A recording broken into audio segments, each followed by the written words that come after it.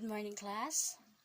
I'm your teacher, Sheila Mae, and this is the last topic on this chapter.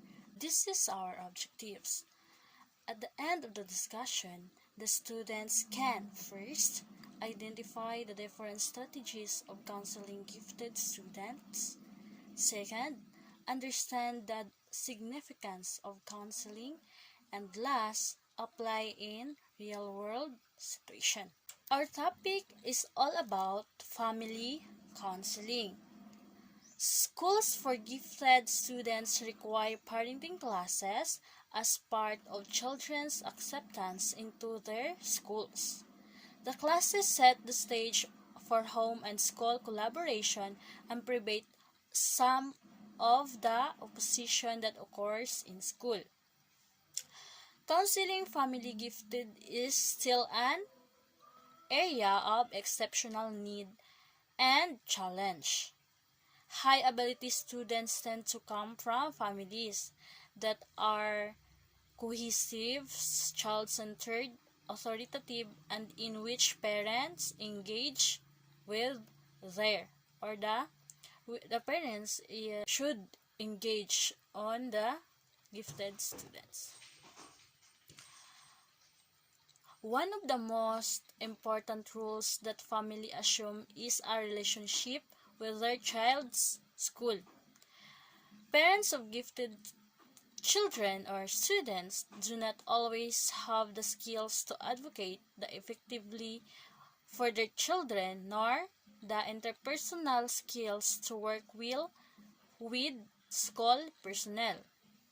Family counseling has required to having this on school so that the student will monitor and manage in terms of their needs. That is the role of parents and their children.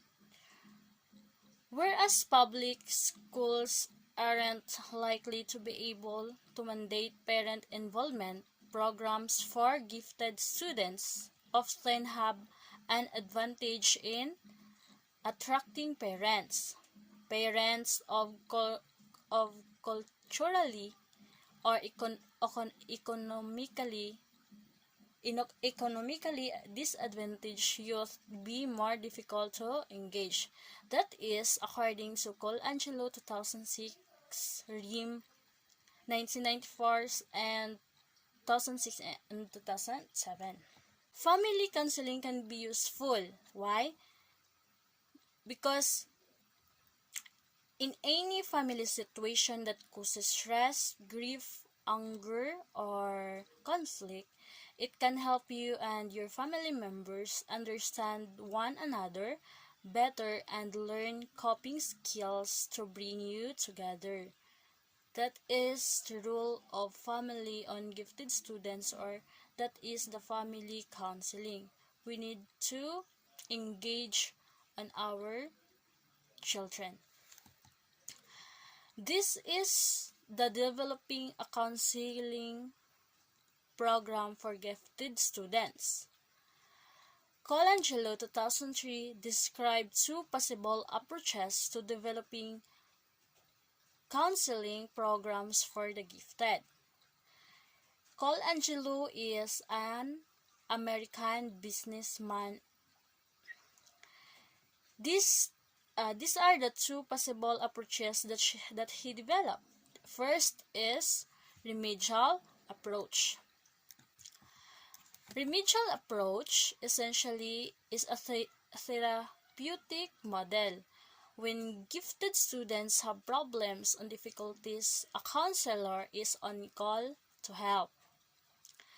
This approach is a multifaceted approach, tailoring remedial intervention plans to child's specific needs.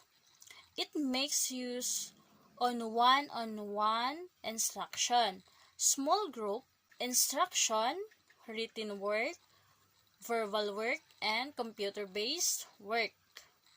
It focuses on skills rather than on content. Also, remedial approach is focus on repetition to develop or to help develop specific skills of the student. In this, the emphasis is on problem solving and crisis intervention. With this approach, the counselor is a therapist, correct. That is all about remedial approach. The next approach that Angelo described is the developmental approach. Developmental approach is preferred although a counselor is available for short-term therapy. As with the remedial approach, the primary and ongoing goal is to create a school environment and home circumstances that support the educational growth of students. This approach is shared counseling to the students work together to identify their strengths and weaknesses, resolve performance-related problems, and determine and create a appropriate action plan.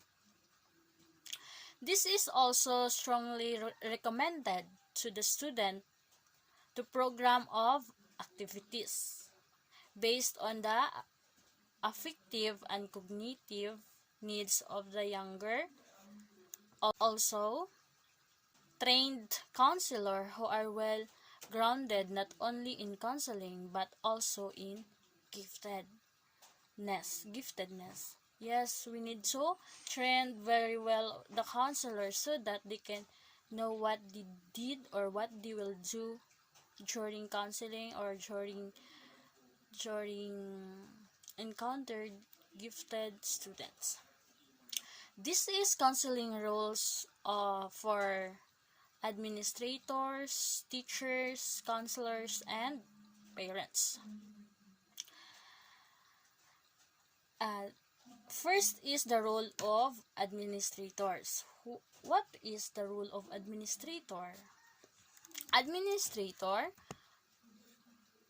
can help other in and out of department to know the value of the best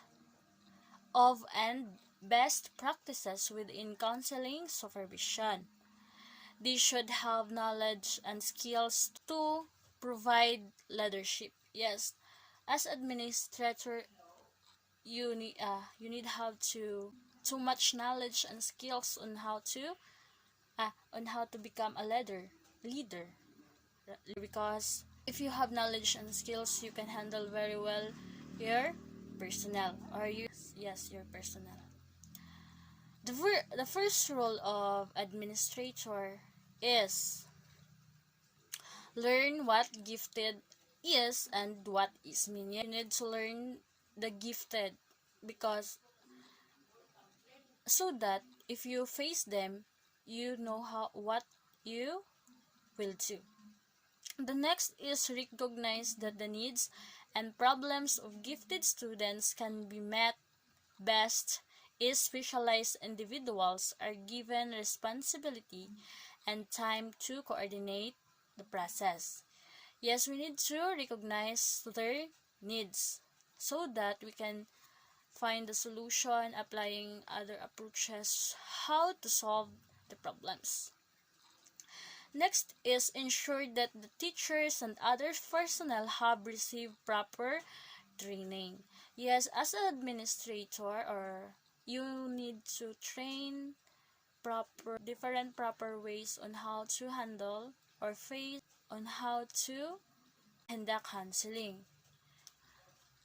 Need to have proper trainings on how to handle every situation. Next is coordinate cooperative efforts among teachers, counselors, and other personnel who work with students. Yes, we need to coordinate as administrator. We need to coordinate the teachers, counselors, so that you can easily find a solution or something. Next is provide school and district in service on gifted education, including counseling related concerns. Also, allow for regular meetings and for talent development staff members.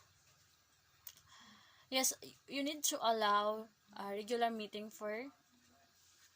that for that so that they can know the problems, how to solve or problems or any suggestions.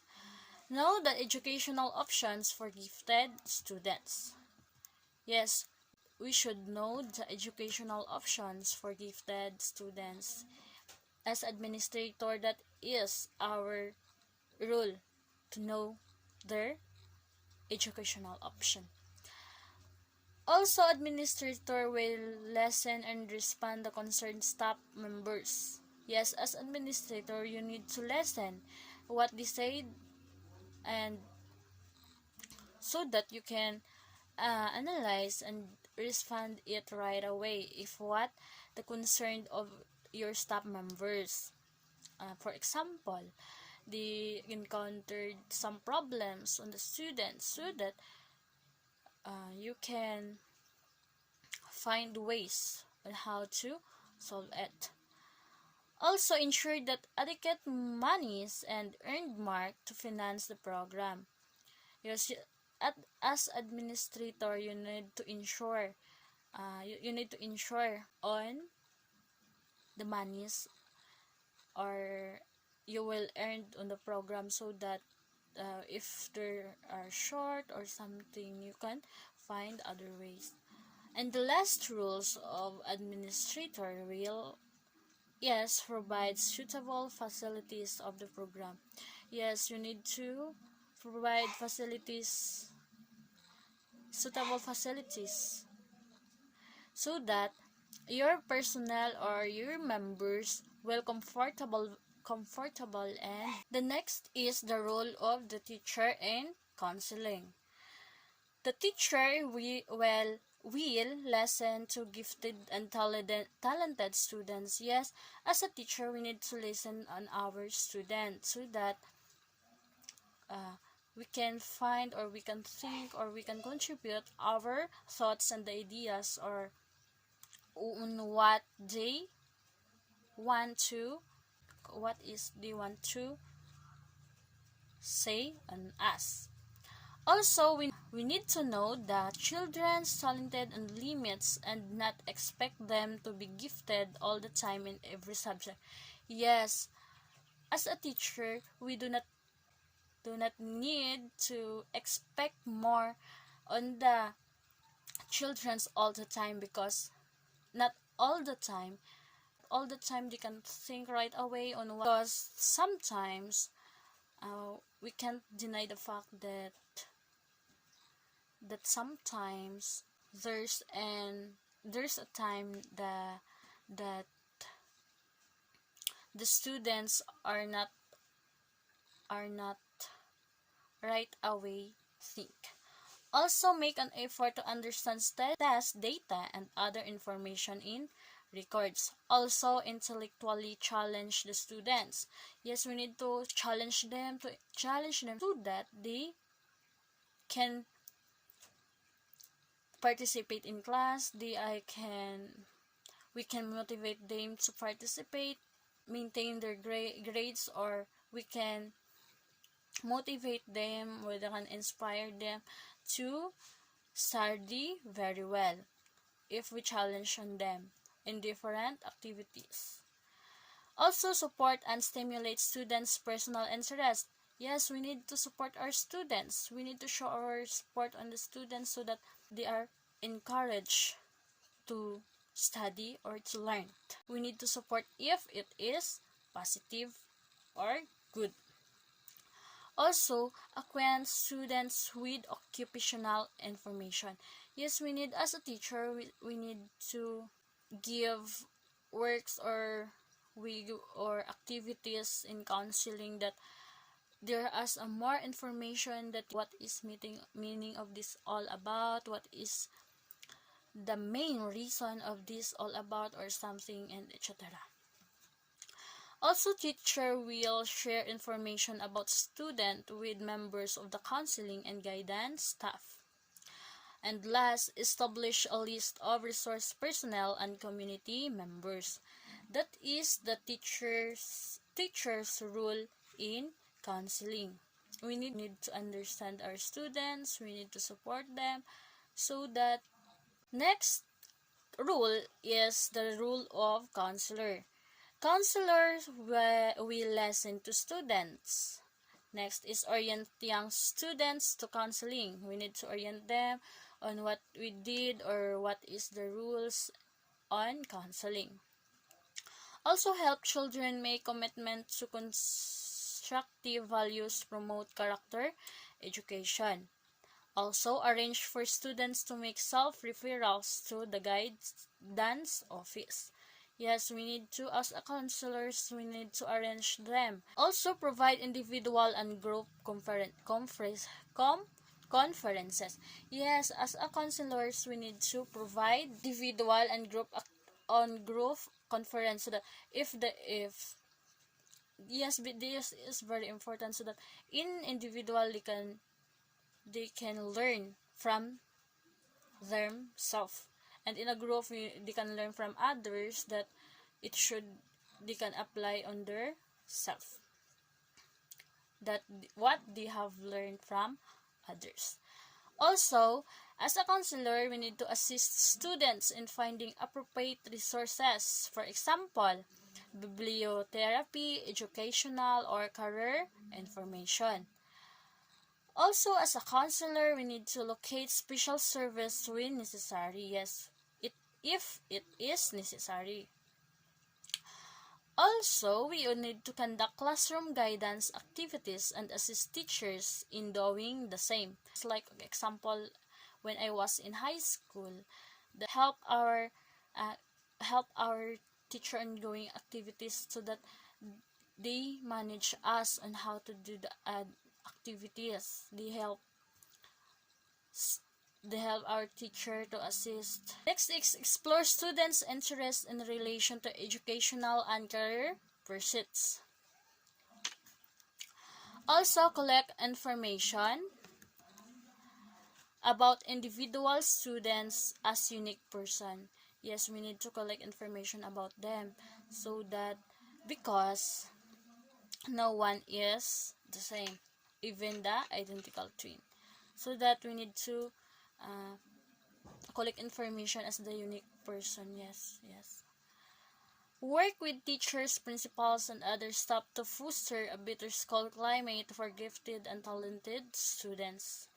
Also, consult with parents. Yes, we need to consult the parents. That is our rules as a counselors, not only counselors, also as a teacher or administrator. So we need to consult the parents of our students, so that because sometimes the students have a family that has a problem, that you coordinate the total guidance on counseling program. And the last is evaluate the strengths and weaknesses of the guidance program. That is all that's all the rule of counselor in counseling.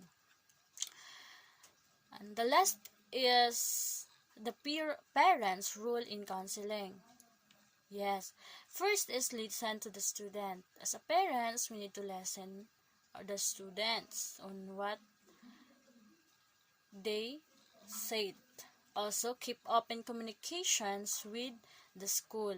Yes, we need to communicate always in the school, asking the teachers, how's your children, what is the problem in terms of their grades or their performance, and so on and so forth. Also, get involved in educational processes. Yes, as a parents, we need to involve if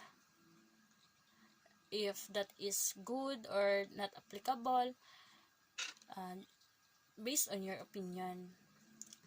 so that you can help, or you will involve, you can help, you can contribute any opinions. Also, parents will form parents advocacy groups. Yes, we need to form advocacy so that when we encountered, or we can't handle the students, we have a parents to consult. Also, give children quality time. Yes, when in counseling the parents, we need to, as a parents, we need to give quality. We need to give quality time for the children so that uh, so that the relationships, the communication are on them. Also, help the children to learn time management. Yes, as a parents, we need to help our students on how to manage their time. Yes, because everything that the students learn should first at the parents. And we need to teach them on how to manage their time. For example, time to sleep, time to wake up, time to play. That's most especially in the gifted students or in the elementary students. We need to train first on how they manage their time. Next is guide the child in wise decision making. Yes, that we need to guide the students or the child in decisioning, in decisions, because if we guide them, we can contribute other opinions or other thoughts that can help on them. Also, allow creative thinking time. Promote reading. Yes, we need to promote reading on our children. Next is model appropriate risk-taking and leisure activities. Expect age-related behavior. We can't deny that. Support the child's interest. Yes, we need to support the child's interest so that they are active to participate, or active to that to that things that they are interesting, that they think is interesting, so that if diba,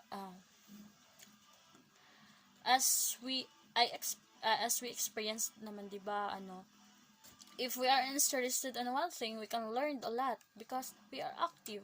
We are active so that we can learn on that things if we are interested. The last rule of the parents is not expect the child to fulfill the parents' unfulfilled aspiration. And let's proceed the counseling activities for teachers and counseling. To supplement the foregoing, the samples that follow are of most specific intervention strategies and activities that can be conducted by teacher and the counselors in the personal, social, academic, and career vocational areas. That is according to Landrum 1987. We need to, as a teacher and counselors, we need to follow the specific intervention strategies. Next is these strategies meet personal social goals of raising self-awareness, developing strong self-concepts, and working towards self-discovery, self-improvement, and self-actualization. Use group counseling to create a community of gifted peers and to provide gifted students with an opportunity to discuss problems and issues. Use simulation and role-playing activities to aid the understanding of problems. Use also bibliotherapy and personal essay writing to raise self-awareness. Also, we need to encourage girls to take courses in math, science, and computers. And this is the strategies are directed toward academic such goals such as improving studying, problem solving, and self-directed learning. First is conduct units or notes taking, summarizing, reviewing, memorizing, test taking, and reading for fun. Also create activities in which problem-solving skills are practiced and developed. For example, analyzing and clarifying problems, clarifying solutions needs, formulating solution strategies, and planning courses of action. Also foster the development of independent learning and research skills such as the use of library and internet resources. Use questioning to promote higher level thinking skills. For example, on Bloom's 1974, the applying, analyzing, synthesizing, evaluating as well as others, such as those related to social issues. That is the affective. Next is expose children to art, music, science, and reading, particularly for students with culturally or economically underprivileged backgrounds. Also, we need to be alert to and support students' spontaneous areas of interest. Also holds third-day seminars taught by community resource person. We need to, so that they can expose or they will engage to our community. Also use parents and members of the community as mentor. Yes, we need to use them as the mentor of the children. Visit universities, review college application procedures with students. Contact college admission staff for information. Have graduates return to the classroom to discuss their education, careers, and related problems and challenges. And last is, this is the strategies can help meet career vocational goals. Take pictures of career people, create collage, have students interview and prepare class report about people in various careers. Accompany PTA members on a day on the job. And last is on birthdays of famous people because their careers. That is all about the strategies. We do not need to discuss all about it is this because this is the strategies that we need to apply for our gifted students. Okay, that's all for today. Goodbye class, and thank you for listening. And once again, I am your teacher, Sheila.